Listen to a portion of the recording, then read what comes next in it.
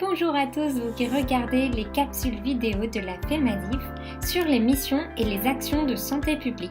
Vous regardez actuellement la première vidéo outil de notre guide numérique concernant l'équipe projet.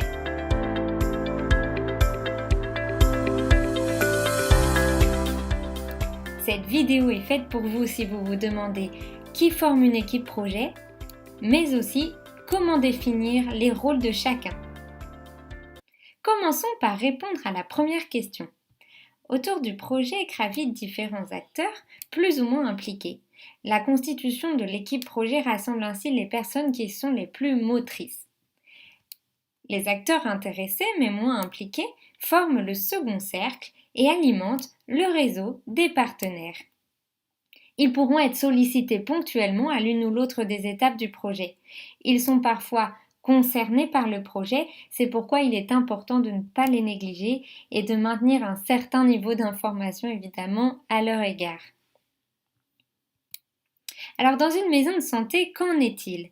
La particularité d'une maison de santé est d'être pluriprofessionnelle et donc de faire travailler ensemble des professionnels aux pratiques très diverses mais tellement complémentaires. Ce qui est important, c'est évidemment de se mettre d'accord sur l'investissement que chacun compte apporter au projet. En effet, au sein d'une maison de santé se côtoient à la fois des professionnels libéraux, des usagers et même parfois des professionnels salariés. Donc vous imaginez bien que le rapport au temps est très différent selon ces catégories. Donc l'idée est bien évidemment que chacun y trouve sa place et de créer une dynamique collective, d'où l'importance de la coordination pour mener à bien toute action de santé publique. Justement, saviez-vous qu'au sein d'une maison de santé, plusieurs professionnels avaient un rôle fondamental dans la coordination? Alors regardons 4 exemples de métiers qui sont au cœur de cette dynamique. Tout d'abord, le coordinateur qui est essentiel pour rassembler les acteurs, pour créer des espaces qui favorisent l'interconnaissance et pour apporter ses compétences méthodologiques. Le médiateur de maison de santé, lui qui travaille directement au contact de la population bénéficiaire, il est acteur de la coordination dans le sens où il établit ce lien essentiel entre le professionnel de santé et le patient.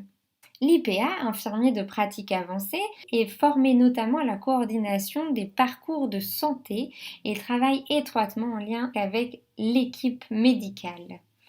Et enfin, donc l'infirmier azalé, lui a l'habitude de travailler en étroite collaboration, cette fois-ci avec le médecin généraliste.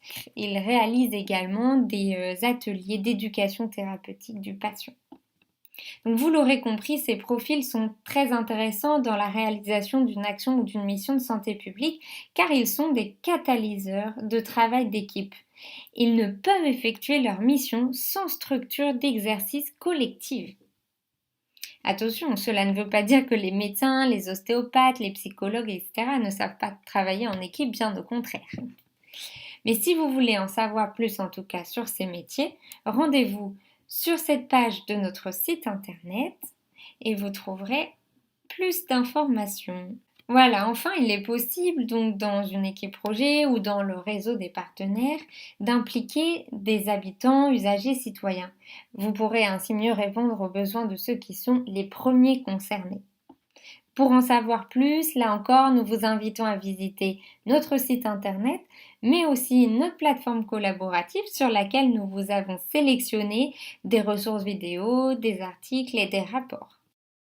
Une fois votre équipe constituée, nous allons voir ensemble comment définir les rôles de chacun à travers une méthode qui s'appelle la méthode RACI. Alors la méthode RACI propose 4 différents rôles.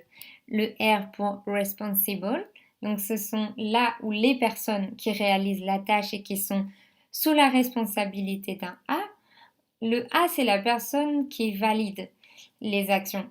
C'est important qu'il y ait en général moins de A qu'il n'y a de R. Voilà.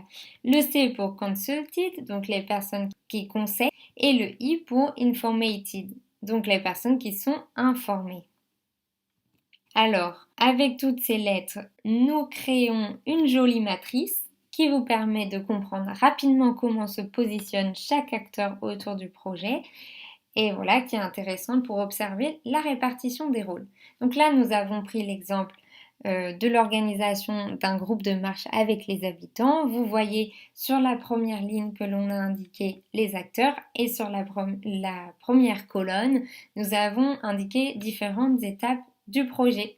Et maintenant, je vous propose que l'on aille voir un peu plus sur le terrain pour se rendre compte de ce que veut dire concrètement une équipe projet. Et nous allons donner pour cela la parole à une coordinatrice qui va nous raconter son expérience.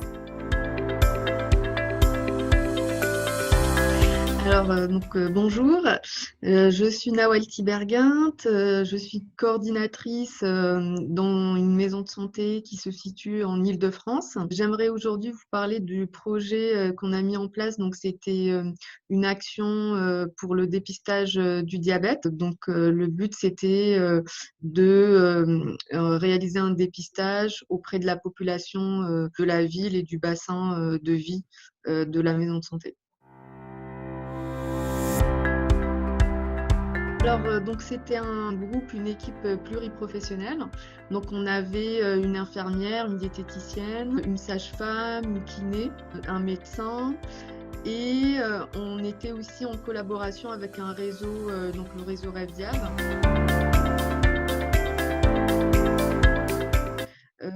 Donc chacun avait un rôle précis.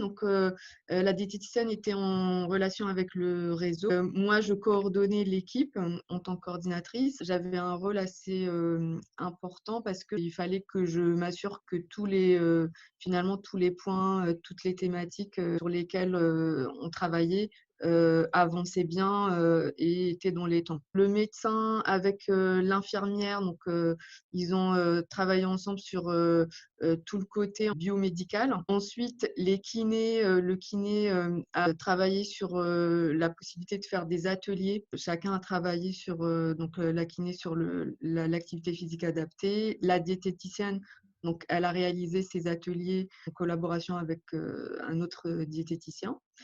Et notre podologue a mis en place aussi un atelier d'1 heure pour les patients.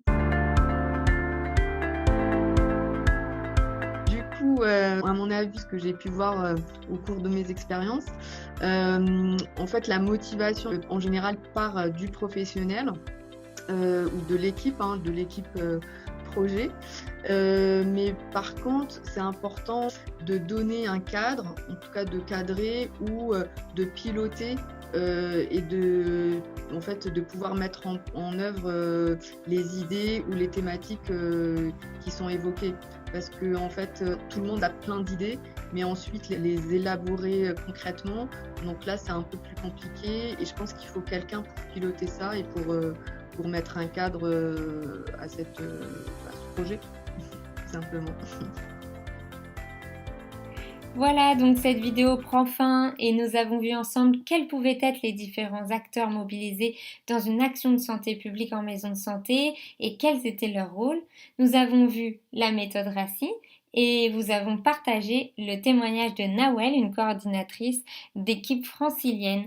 Nous espérons que cela vous a plu et rendez-vous sur notre prochaine capsule vidéo autour du diagnostic. Au revoir!